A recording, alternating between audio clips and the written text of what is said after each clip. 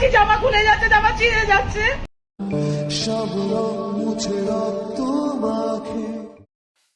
आजादी के 77 साल बाद भी क्या ये वही आजादी है जिसका सपना चंद्रशेखर आजाद जी, राजगुरु जी, भगत सिंह जी, नेताजी सुभाष जी और महान क्रांतिकारियों ने देखा था? आजादी सिर्फ और सिर्फ आज एक वर्ग, एक जात, एक धर्म तक सीमित रह गई है। आजादी सिर्फ और सिर्फ पुरुष वर्ग तक सीमित रह गई है। पिछले दिनों आरजीकर कॉलेज में जो कुछ भी हुआ वो किसी भी पर्सपेक्टिव से ठीक नहीं था, किसी भी पर्सपेक्टिव से। एक बच्ची अपनी शिफ्ट कंप्लीट करके सेमिनार हॉल में रेस्ट करने के लिए जाती है और उसके साथ जिस तरीके से ब्रूटल इंसिडेंट हुआ वो ये दिखाता है कि किस तरीके से स्टेट में लॉ एंड ऑर्डर की धज्जियां उड़ाई गई है।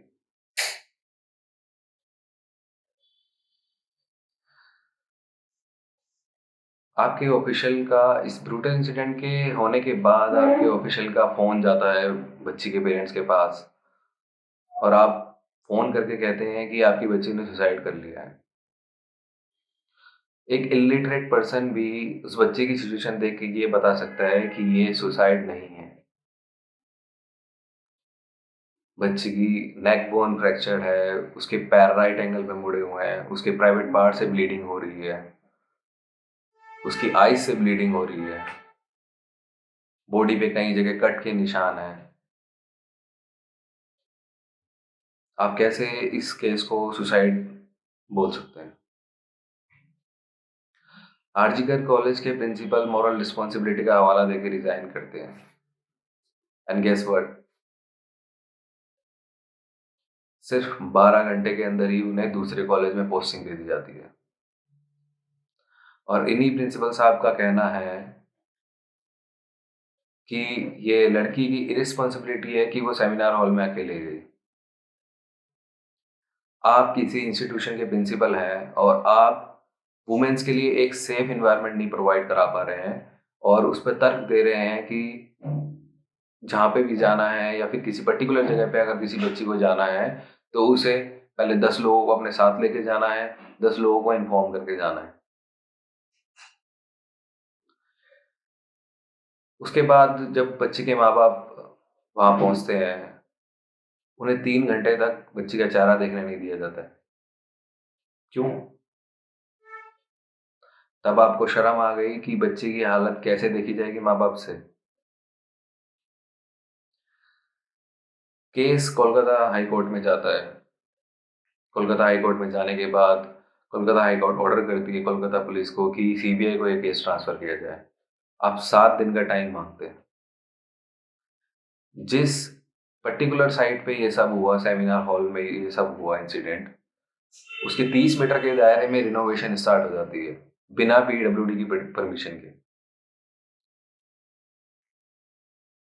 आप एविडेंस को सेफ नहीं कर पा रहे हैं, एविडेंस साइट को सेफ नहीं कर पा रहे हैं और आप 7 दिन का टाइम मांगते हैं।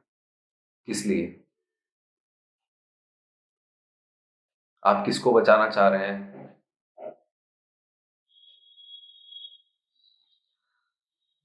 जब कोलकाता हाई कोर्ट ने 7 दिन का टाइम देने से मना कर दिया तो फिर आपने 24 घंटे का टाइम मांगा सीबीआई को केस ट्रांसफर करने के लिए। एंड गेस व्हाट, उन 24 घंटों में क्या हुआ? उन 24 घंटों में जिस साइट पर डॉक्टर प्रोटेस्ट कर रहे थे हॉस्पिटल के सामने, वहां पे 1000 से ज्यादा गुंडे ट्रक में भरकर आते हैं, वहां तोड़ फोड़ करते हैं, मारपीट करते हैं प्रोटेस्टर्स के साथ और एविडेंस साइट के आसपास और मे बी एविडेंस साइट को टैंपर करने की कोशिश करते हैं। वहां पे तोड़ फोड़ करी जाती है, मारपीट करी जाती है और इन सब में कोलकाता पुलिस कहीं नहीं दिखाई देती है। क्या आपने 24 घंटे इसलिए मांगे थे? आप एक एविडेंस साइट को प्रोटेक्ट नहीं कर पा रहे हैं और आप 7 दिन का टाइम मांग रहे हैं कि आपको केस दे दिया जाए 7 दिन के लिए और आप एफिशिएंसी से इस केस को हैंडल करेंगे। क्यों आपकी मोडस ऑपरेंडी पे सवाल ना उठाए जाए? उसके बाद स्टेट की सीएम प्रोटेस्ट में खड़ी होती हैं और स्टेटमेंट देती है कि वो बहुत जल्द से जल्द न्याय दिलाएंगी। पर ऑन द अदर हैंड आपकी एक और स्टेटमेंट आती है कि वो लड़की कभी वापस नहीं आएगी। अगर आप उस लड़की के नाम पर प्रोटेस्ट करना चाहते हैं तो करिए, हम 10 लाख कंपनसेशन के लिए दे सकते हैं। फिर उसके बाद आपकी दूसरी स्टेटमेंट आती है कि man and women interact more freely now, जिसकी वजह से ये सब हो रहा है। एक तरफ आप प्रोटेस्ट कर रहे हैं, लोगों के साथ खड़े हैं, दूसरी तरफ आप इस तरह की स्टेटमेंट दे रहे हैं। ये सिर्फ और सिर्फ आपकी हिपोक्रेसी शो करता है। ये शो करता है कि लॉ एंड ऑर्डर आप हैंडल नहीं कर सकते। आप सारा ब्लेम उस बच्चे पे डालना चाहते हैं। पहले उस ऑफिशियल ने जिसने बच्चे के माँ बाप के पास फोन करके इस केस को सुसाइड बोला, उसके बाद प्रिंसिपल ने जिसने लड़की को ही रिस्पॉन्सिबल बताया कि वो सेमिनार हॉल में अकेले गई, उसके बाद आपका स्टेटमेंट कि ये सब इंसिडेंट इसलिए हो रहे हैं कि man and women interact more freely now और हम कंपनसेशन दे देंगे। आपकी पार्टी के डॉक्टर शांतनु सेन, उनकी स्टेटमेंट आती है कि there is a racket that run in the college, if you don't oil them then you get targeted. और अगर आप वो करते हैं जो वहां का सो कॉल्ड रैकेट चाहता है तो आप कुछ भी कर सकते हैं, इवन एग्जाम में चीटिंग भी कर सकते हैं। संदेश खाली में जिस तरीके से रिस्पॉन्सिबिलिटी दिखाई कोलकाता गवर्नमेंट ने, आरजीकर कॉलेज में जो कुछ हुआ और जो कुछ हो रहा है कई सालों से, और उसके नेक्स्ट डे शक्तिगढ़ बुर्दवान में, उसके थोड़े दिन बाद मध्यम ग्राम में लड़की की लाश मिलना, पिछले 8 दिन में ये तीसरा केस है। कॉलेज में रैकेट चल रहा है, आपके पार्टी के स्पोक्स पर्सन कहते हैं, पर आपको कुछ नहीं पता। आप प्रोटेस्ट में खड़े होते हैं, किसके खिलाफ खड़े होते हैं, कोई लॉजिक नहीं है। लॉ इन्फोर्समेंट एजेंसीज आपकी, सरकार के सारे तंत्र आपके, उसके बाद भी अगर आपको कॉमन लोगों की तरह प्रोटेस्ट में खड़ा होना पड़े तो दिस इज शेमफुल। ये प्रोटेस्ट, ये कैंडल मार्च हम कॉमन लोगों पे सूट करता है, एक स्टेट के सीएम के पास नहीं, जिसके पास सारी की सारी लॉ इन्फोर्समेंट एजेंसीज हैं। एहसास कीजिए उस दरिंदगी को जिस दरिंदगी को उस बच्ची ने फेस किया। उस बच्चे के राइट एंगल पर पैर मुड़े हुए थे, उस बच्ची के प्राइवेट पार्ट से ब्लीडिंग हो रही थी, उस बच्ची के आईज से ब्लीडिंग हो रही थी, उसकी नेक बोन फ्रैक्चर्ड है।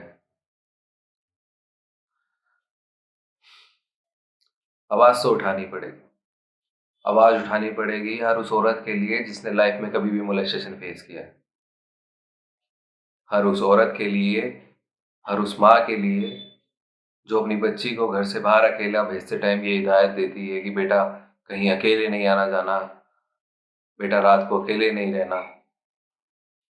आज़ादी के इतने साल बाद भी हम वुमेन्स को एक सेफ इन्वायरमेंट नहीं प्रोवाइड करा पा रहे हैं। उसका कारण है कि हमारे देश के नियम कानून सिर्फ एक कागज तक सीमित रह गए हैं, सिर्फ कागजों पर ही सीमित रह गए हैं। उसके कुछ दिन बाद ही बिहार के गोपालपुर में एक बच्ची के साथ रेप होता है और उसके प्राइवेट पार्ट को मटिलिएट किया जाता है। क्यों हम आरोपियों को, क्यों हम ऐसे लोगों को ये डिफरेंशिएट करना नहीं सिखा पा रहे हैं कि एक दायरा है, एक बाउंड्री है, अगर उस दायरे के बाहर हो जाते हैं तो उसके हार्मफुल कॉन्सिक्वेंसेस हो सकते हैं। क्यों हम वो डर उन लोगों के मन में नहीं बिठा पा रहे हैं। कभी आपने सोचा है कि एक बच्चा कैसे डिफरेंशिएट करता है कि उसे किस चीज से नुकसान है, किस चीज से फायदा है? क्योंकि बचपन में उसे उस तरह की शिक्षा दी जाती है, उस तरह की चीजें उसने फेस करी हुई होती है। मान लीजिए एक छोटा बच्चा है और वो छोटा बच्चा किसी गर्म चीज पे हाथ लगा देता है, तो उसे लाइफ टाइम ये एहसास रहता है कि कौन सी चीज़ गर्म है, कौन सी चीज़ उसके लिए हार्मफुल है और कितने लेवल तक, कितने हद तक हार्मफुल है और क्या चीज़ उसके लिए सेफ है। हम कैसे उन लोगों के मन में ये डर नहीं बिठा पा रहे हैं कि अगर आपने अपना दायरा क्रॉस किया, आपने अपनी लिमिट क्रॉस करी और किसी बच्ची को, किसी औरत को आपने गलत नज़रों से देखा, उस पे गलत कमेंट किया और उसके साथ गलत करने की सोची भी, तो उसके बहुत हार्मफुल कॉन्सिक्वेंसेस हो सकते हैं। उसका नतीजा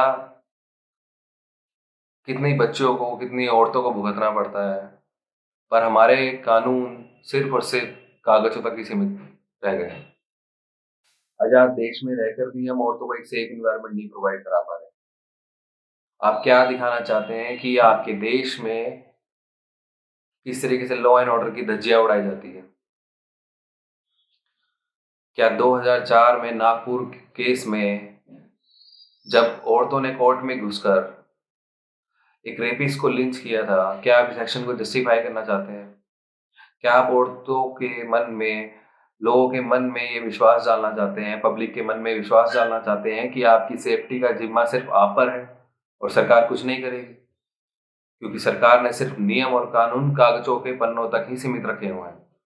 उन पर कोई एक्शन नहीं है, कोई स्पीडी ट्रायल नहीं है और ना ही आज तक हम उन आरोपियों के, उन लोगों के मन में ये खौफ बैठा पा रहे हैं कि एक लिमिट है, एक बाउंड्री है और उसको पार करने के बाद उसके हार्मफुल कॉन्सिक्वेंसेस हैं। And the worst part is हम आज भी ऐसे लोगों के बीच में रह रहे हैं। देखिए इन लोगों को, जो इस बच्ची के रेप केस के बाद भी इस तरह की स्टेटमेंट सोशल मीडिया पे दे रहे हैं। मेरी आपसे एक ही रिक्वेस्ट है कि अपने आसपास इस तरह की मुहिम चलाइए कि वुमेन्स को एक सेफ एनवायरनमेंट दिया जा सके। सरकार को प्रेशराइज कीजिए कि वो इस केस में जल्द से जल्द आरोपियों को सजा दिलाए और एक ऐसी मिसाल पेश करे कि आगे आने वाले फ्यूचर में कोई भी इस तरह के कुकर्म, इस तरह के गलत काम करने से पहले भी 10 बार सोचे। जय हिंद।